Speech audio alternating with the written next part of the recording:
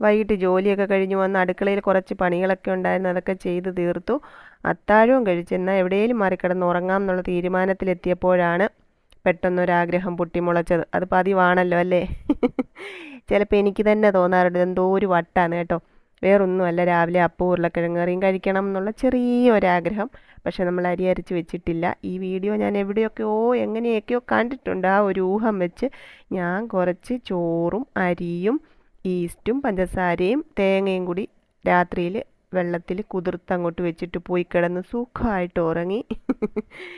രാവിലെ എഴുന്നേറ്റ് ഇതെല്ലാം അരച്ചു ഉപ്പൊക്കെ ചേർത്ത് നമുക്ക് അപ്പം ഉണ്ടാക്കി നോക്കാം.